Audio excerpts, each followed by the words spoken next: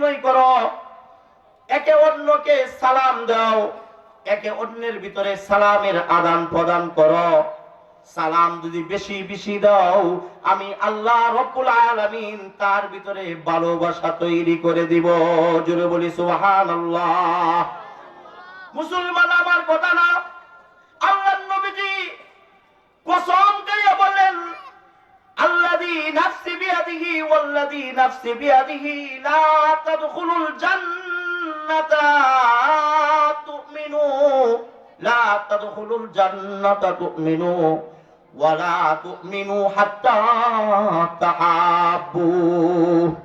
সরওয়ারে দু আলম বলেন, জান্নাতে প্রবেশ করতে পারবে না ততক্ষণ পর্যন্ত যতক্ষণ পর্যন্ত পরিপূর্ণ মুমিন না হইবা, ততক্ষণ পর্যন্ত জান্নাতে প্রবেশ করতে পারবে না।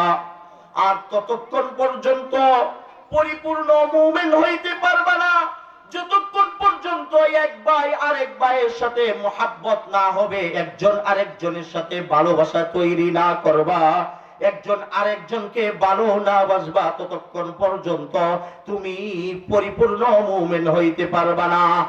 নবীজি সাল্লাল্লাহু আলাইহি ওয়াসাল্লাম বলেন, ও আমার উম্মত, আমি কি তোমাদেরকে এমন একটা আমলের কথা বলে দিব, এমন একটা মেডিসিন, এমন একটা দোয়ার কথা বলে দিব না, যে দোয়াটা তোমরা যদি প্রয়োগ করো, যে দোয়াটা যদি পরস্পরের ভিতরে চালু করে দাও, তাহলে পরস্পরের ভিতরে ভালোবাসা তৈরি হয়ে যাবে।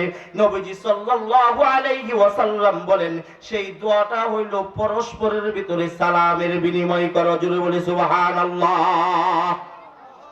ও মুসলমান, সালামের প্রথা এই মুসলমান সমাজের প্রথা এই উম্মত থেকে শুরু হয় নাই। সালামের প্রথা উম্মতি মুহাম্মাদি থেকে শুরু হয় নাই। সালামের প্রথা শুরু হয়েছে হযরত আদম আলাইহিস সালাম থেকে। জোরে বলি আল্লাহু আকবার। সমস্ত পয়গম্বরদের ভিতরে সালামের বিনিময় ছিল, সমস্ত পয়গম্বররা সালামের বিনিময় করেছে। ও মুসলমান, হযরত আদম আলাইহিস সালামকে যখন আল্লাহ তাআলা 60 হাত লম্বা করে বানাইলেন, আল্লাহ তাআলা বললেন, ও আদম, ওই যে দেখো ফেরেশতার দল, ওই ফেরেশতার মাঝে যায় তুমি সালামের বিনিময় করো। আদম আলাইহিস সালাম, আপনি আমার আব্বা জান, আদি পিতা আদম আলাইহিস সালাম, যারা ওই ফেরেশতার দলের ভিতরে সালাম দিল, আল্লাহ তাআলা বললেন ফেরেশতারা কি সালামের উত্তর দেয়। ও আদম, তুমি শুনবা মনোযোগ দিয়া, কারণ হইল ফেরেশতারা যেভাবে সালামের ওই আদান প্রদান করবে, এটা তোমার আর তোমার সন্তানের ভিতরে অভিবাদন হয়ে যাবে। জোরে বলি সুবহানাল্লাহ। আদম আলাইহিস সালাম যারা ফেরেশতার দলের ভিতরে যা বলল আসসালামু আলাইকুম, ফেরেশতারা উত্তর দিল আসসালামু আলাইকা ওয়া রাহমাতুল্লাহ। জোরে বলি সুবহানাল্লাহ। আল্লাহ তাআলা ওই দিন যখন আদম আলাইহিস সালামকে বানাইছেন, ওই দিন থেকে সালামের অভিবাদন শিক্ষা দিয়েছেন, সালামের অভিবাদন আমাদেরকে শিক্ষা দিয়েছেন। জোরে বলি সুবহানাল্লাহ। আজকে থেকে আসে নাই, ওই আদম আলাইহিস সালামের যুগ থেকে সমস্ত পয়গম্বরদের ভিতরে সালামের আদান প্রদান ছিল। জোরে বলি সুবহানাল্লাহ। মুসলমান ভাইরা আমার, একজন মুসলমান ভাই আরেকজন মুসলমানের ভাইয়ের হক আছে। হক কি? হক 6টা হক আছে। হকুল মুসলিম আলাল মুসলিমি সিত্তুন, 6টা হক আছে। এমন সালাম দেওয়া কিন্তু এটা নরমাল কোনো ব্যাপার না, এটা হলো গুরুত্বপূর্ণ একটা ব্যাপার। একজন আর একজনের সাথে সাক্ষাৎ হইলে তাকে সালাম দেওয়া হইল হক। জোরে বলি সুবহানাল্লাহ।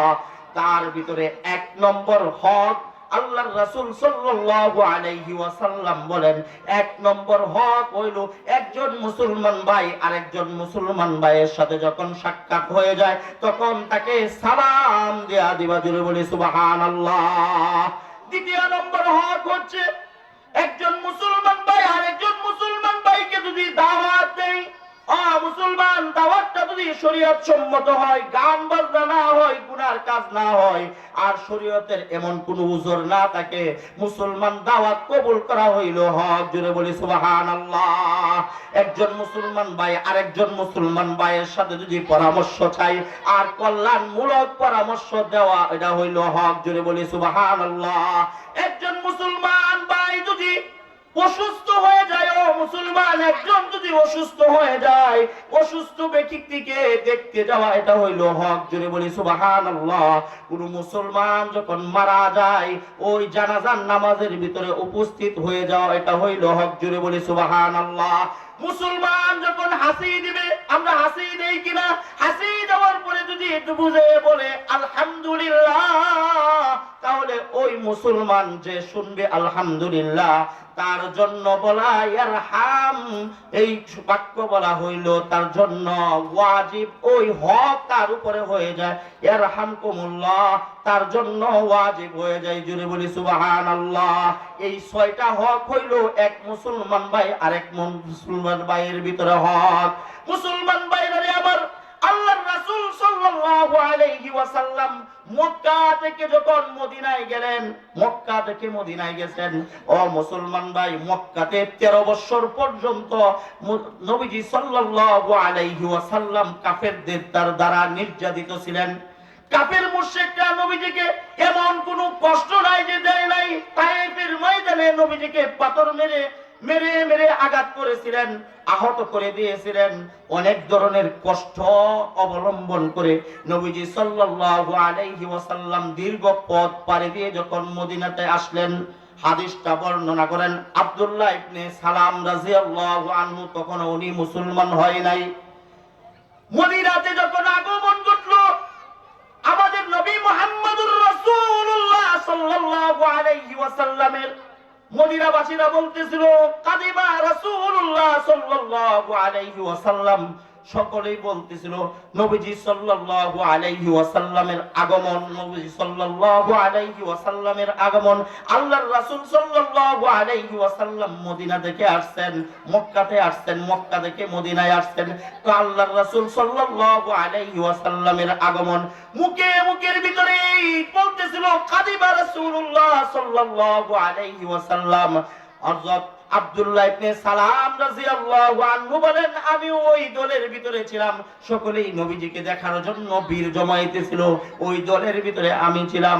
আমিও তাকায়া দেখলাম নবীজির চেহারা এত সুন্দর, এত সুন্দর চেহারা দেখে আমার মনে হইল এই ব্যক্তিরা মিথ্যাবাদী নাই, এই ব্যক্তিরা অসত্য কথা বলতে পারে না, মিথ্যাবাদীর চেহারা এমন হইতে পারে না। জোরে বলি আল্লাহু আকবার। নবীজির চেহারা দেখে আব্দুল্লাহ ইবনে সালাম রাদিয়াল্লাহু আনহু অবাক হয়ে গেলেন। কাফের মুশরিকরা রড়াইছে নবীজি পাগল। কাফের মুশরিকরা বলতো নবীজি পাগল, নবীজি সাল্লাল্লাহু আলাইহি ওয়াসাল্লাম কবি, নবীজি সাল্লাল্লাহু আলাইহি ওয়াসাল্লাম মিথ্যা কথা বলে। জোরে বলি নাউজুবিল্লাহ। আর তাকায়া দেখলেন যে এই চেহারা ওয়ালা মালিক কখনো মিথ্যাবাদী হইতে পারে না। জোরে বলি সুবহানাল্লাহ। আব্দুল্লাহ ইবনে সালাম রাদিয়াল্লাহু আনহু বলেন, নবীজি সাল্লাল্লাহু আলাইহি ওয়াসাল্লাম মানুষদেরকে লক্ষ্য করে বলেন, ইয়া আইয়ুহান নাস। মক্কা থেকে মদিনা আসছেন, দীর্ঘ পথ পাড়ি দিয়ে আসছেন। আমাদের জমিনের ভিতরে অনেক নেতা মানুষ আসে, বিভিন্ন জায়গাতে বিভিন্ন ঘটনা হয়। মক্কা থেকে মদিনায় আসতে অনেকগুলি ঘটনা ঘটেছে, আমি ওই দিকে যাচ্ছি না। মক্কা থেকে মদিনায় আসতে ছোট বড় অনেক সফরের ঘটনা ছিল। নবীজি সাল্লাল্লাহু আলাইহি ওয়াসাল্লাম এইগুলির কথা বলেন নাই, সন্তানের কথা বলেন নাই, 13 বছর জিন্দেগীর কষ্টের কথা বলেন নাই। ও মুসলমান, কি বলেছিলেন? সর্বপ্রথম মদিনাতে আয়েশাই বললেন আফসুস সালাম। জোরে বলি সুবহানাল্লাহ, জোরে বলি আল্লাহু আকবার। আল্লাহর রাসূল বললেন শান্তির বাণী ছড়াইয়া দাও, শান্তির বাণী ছড়াইয়া দাও। হে মানুষের দল, লোকদের ভিতরে শান্তির বাণী ছড়াইয়া দাও, শান্তির বাণী ছড়াইয়া দাও। জোরে বলি আল্লাহু আকবার। আফসুস সালাম। দ্বিতীয় কথা বললেন ওয়া তুইমুত তুআম, যারা অভাবী আছে তাদেরকে খানা খাওয়াও, যারা অভাবী আছে তাদেরকে খানা খাওয়াও।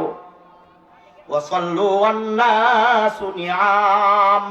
আল্লাহর রাসূল তৃতীয় নম্বর বললেন, মানুষ যখন ঘুমাইয়া যায় তখন তাহাজ্জুদের নামাজে দাঁড়াইয়া নামাজ পড়ো। জোরে বলি সুবহানাল্লাহ। আল্লাহর রাসূল সাল্লাল্লাহু আলাইহি ওয়াসাল্লাম তিনটা আমল বললেন। এক নম্বর বললেন সালাম দাও, সালাম দাও। দ্বিতীয় নম্বর বললেন অভাবীদেরকে খানা খাওয়াও। আর তৃতীয় নম্বর বললেন যে যখন মানুষ ঘুমাইয়া যায় তখন তুমি নামাজে দাঁড়াইয়া যাও আর নিরাপদে জান্নাতে চলে যাও। জোরে বলি সুবহানাল্লাহ। তিনটা আমল মুসলমান করবেন তো আল্লাহর রাসূল বললেন যে নিরাপদে জান্নাতে চলে যাইবেন। তিনটা আমল মনে থাকবে তো?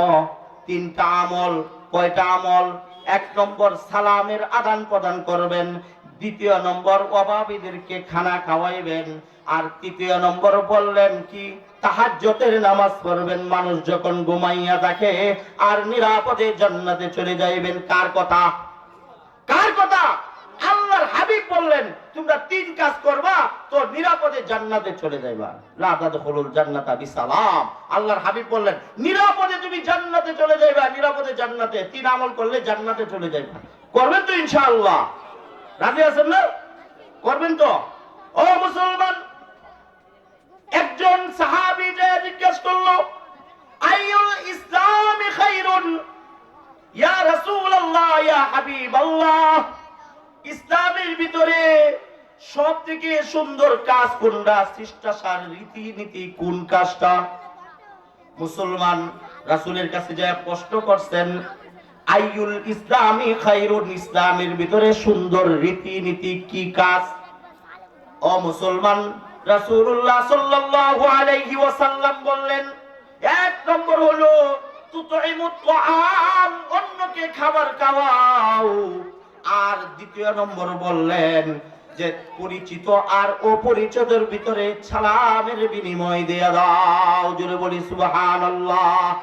পরিচিত এবং অপরিচিতদের ভিতরে সালাম বিনিময় করো, সালাম বিনিময় করো। দুইটা আমল বললেন। ইসলামের সুন্দর কালচার আল্লাহর হাবিব সাল্লাল্লাহু আলাইহি ওয়াসাল্লাম বলেন এই দুই কাজ আমি রাসূল বললাম ইসলামের ভিতরে শ্রেষ্ঠ সবথেকে সুন্দর কাজ। জোরে বলি আল্লাহু আকবার। করবো তো আমরা? অন্যকে খাবার খাওয়াইবো আর কি করব?